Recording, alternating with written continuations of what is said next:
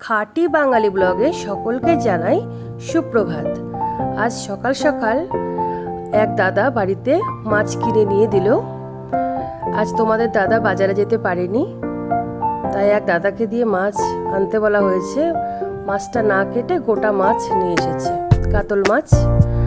এখন আমি এই মাছটা কাটতে বসেছি, কিন্তু অনেক বছর হলো এরকম গোটা মাছ কাটি না, কেটেই নিয়ে আসে বাজার থেকে। বেশ মজাও লাগছিল, বেশ মজা করে কাটছিলাম মাছটা, ভালোই লাগছিল। অনেক দিন কাটা হয় না, সবসময় কেটেই নিয়ে আসে।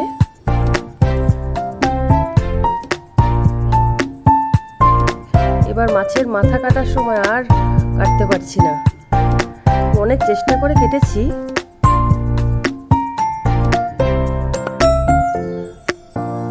মাছ কাটা হয়ে গেল। আজ রান্না হবে নিম বেগুন ভাজা, নিরামিষ তরকারি, কাতল মাছের ঝোল, চাটনি।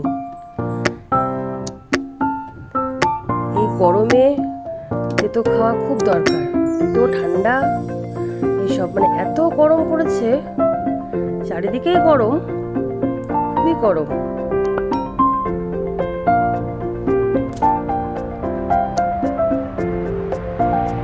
এখন মাছগুলো ভেজে তুলে নেব।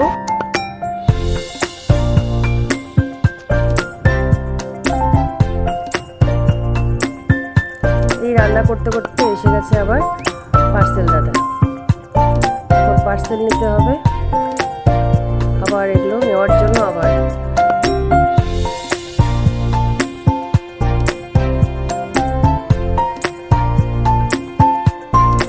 আমি এখন পার্সেলটা খুলছি।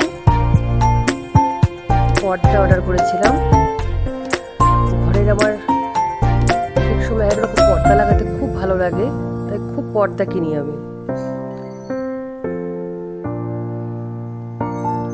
পর্দাটা সঙ্গে সঙ্গে লাগিয়ে দেখে নিচ্ছি কতটা ঠিকঠাক আছে কিনা হাইটে। না, দেখলাম যে একদম ঠিকঠাক।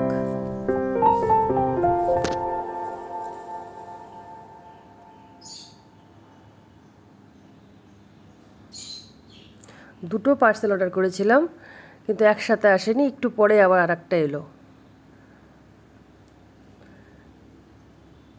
দুটোই খুব সুন্দর হয়েছে, যেরকম চেয়েছিলাম ঠিক সেরকমই এসেছে।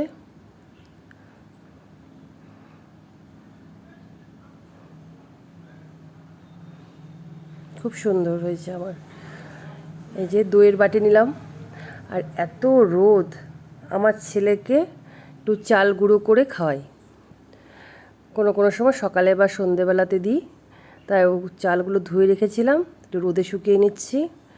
মাথাতে আমি ঢেকে নিয়ে রোদে বসেছি, কিন্তু এত রোদ বসা যাচ্ছে না। এই যে বিকেলবেলায় আমার মা আর আমি লস্যি খাচ্ছি। মা তো খাচ্ছে আর বলছে যে দারুণ হয়েছে, দারুণ হয়েছে। এই যে মা মেয়ে খেতে খেতে একটু গল্প করছি। এখন আমার পাখির ডাক শোনো তোমরা সবাই। টাটা, সবাই ভালো থাকবেন, সুস্থ থাকবেন, আমাদের পাশে থাকবেন।